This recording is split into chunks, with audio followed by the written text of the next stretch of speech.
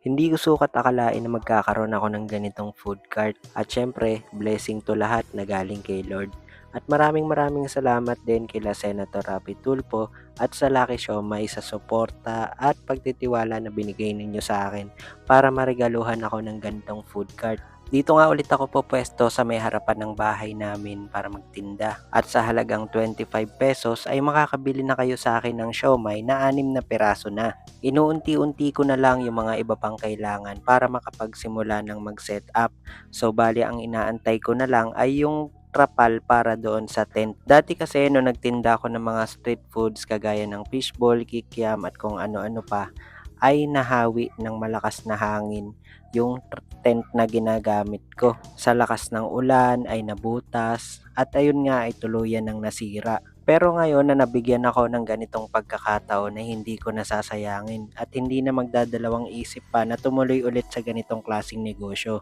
At bilang ginawa nga nila akong authorized na distributor, makakabili din kayo sa akin ng mga murang presyo ng mga frozen kagaya ng siomai, siopaw, at iba pa. Meron din akong chili garlic na itinitinda. Kaya naman sa mga nagbabalak na magsimula ng negosyo, sa mababang halaga ng puhunan ay pwedeng-pwede na kayo makapagsimula.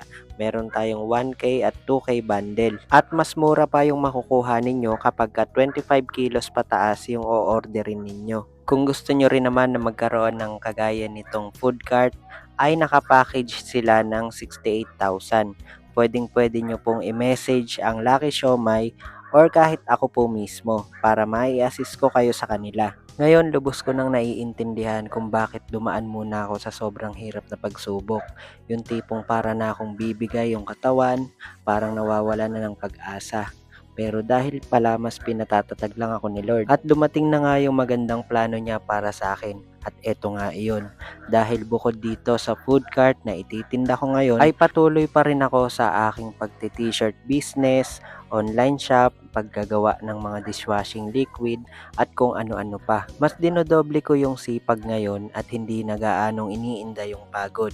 Dahil iniisip ko, balang araw magbubunga din lahat ng sinasakripisyo ko. Kahit na 3 oras yung tulog ay nagpapatuloy pa rin. Kumukuha na lang ng tiyempo para makapagpahinga ulit. Magkakaiba talaga ang bawat tao ng pinagdadaanan.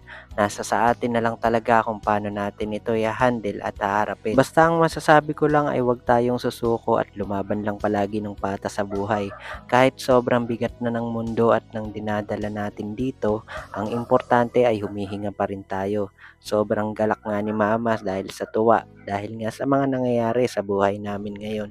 Na sa dami ng negosyo na aking sinusubukan ay hindi pa rin ako humihinto kahit na kung minsan ay nalulugi at nauuwi na lang sa pagkasarado at pagkawala ng puhunan. Pero ngayon, sisikapin ko talaga na kahit papano ay mairaos at maipalago itong lahat ng mga binigay sa akin na blessing. Kaya sa lahat ng mga sumusuporta sa akin, maraming salamat po sa inyo. Dahil kung hindi rin dahil sa inyo, hindi rin tatatagin loob ko ng ganito.